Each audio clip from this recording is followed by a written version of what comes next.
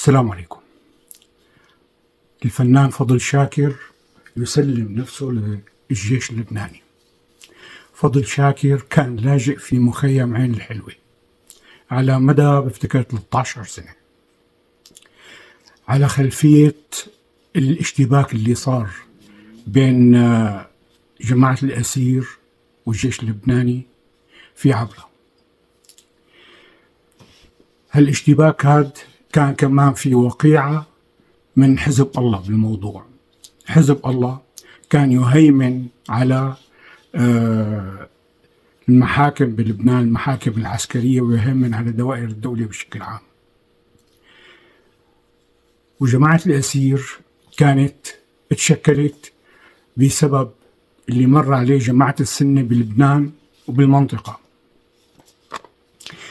بلبنان اغتيال الشهيد رفيق الحريري أولا 7 أيار لما حزب الله اجتاح بيروت وقتل ما بعرف شيء 70 إنسان ببيروت ظلما وعدوانا. المرحلة الثالثة اضطهاد السنة في العراق، والأمر والأدهى الحرب اللي شن النظام على الثوار بسوريا، واللي معظمهم سنة بحكم أن السنة هن معظم سكان سوريا. فالعوامل هي كلها أدت لأنه الأسير يشكل مجموعة ويسلحها، لأنه بده يعمل شيء موازي لحزب الله. يعني نحن بالمنطق إذا بدنا نحكي بدنا نجرم الأسير، بدنا نجرم قبله حسن نصر الله. بس المشكلة إنه هذا كان محسوب على الشيعة وهذا محسوب على السنة. طبعا أنا ما بقول شيعة بحكم اللي بينحكى فيه، أنا بقول عنهم هدول الصفويين الجدد. المهم إنه كان في كمان نوع من الاشتباك مع حزب الله، وبعدها حزب الله عمل وقيعة ما بين الجيش وما بين جماعة الأسير. فضل شاكر ترك الفن كله وانتمى لجماعة الأسير، فبالنتيجة اتهموه بقتل وحكم عليه 20 سنة مع الإشغال الشاق. فضل شاكر لجأ للمخيم مثل ما قلت. هذا باختصار كل الموضوع.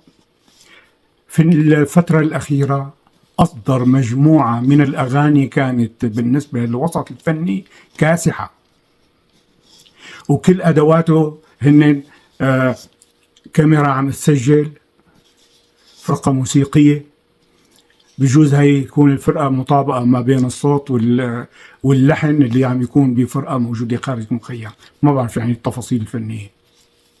ونظارات سوداء، كسح الوسط الفني كله. وفضل شاكر انه حصل على الشعبية الكبيرة بالوطن العربي كله واضعاف اضعافها بسوريا، بسبب انه فنان متميز، صوته في منتهى الجمال، بيدخل القلب بدون حواجز. هذا فضل شاكر. فهالمجموعة هي من الأغاني انتشرت انتشار كاسح. يبدو أنه عمل هالمجموعة هي تمهيدا لأنه يسلم نفسه.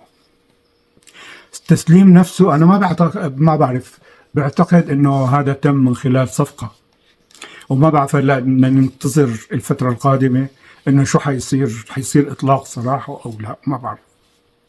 هلا أقول بالنسبة للسوريين أضعاف مضاعفة، لأنه هو كان متحمس جدا ومتبني الثورة السورية أكثر يمكن من معظم السوريين. وما ننسى مثلا مثل في الغنية اللي قال فيها سوف نبقى هنا، سوف نبقى هنا كي يزول الألم، سوف نحيا هنا، سوف يحلو النغم، سوف نبقى هنا كي يزول الألم، سوف نحيا هنا، سوف يحلو النغم. موطني موطني موطني موطني موطني ذا الإمام، موطني موطني موطني موطني موطني يا أنا. بتأمل كلنا أنه نضم صوتنا لفضل شاكر وندعمه بكافة الأشكال من خلال الميديا وبأي طريقة كانت. ألف تحية لفضل شاكر. سلام.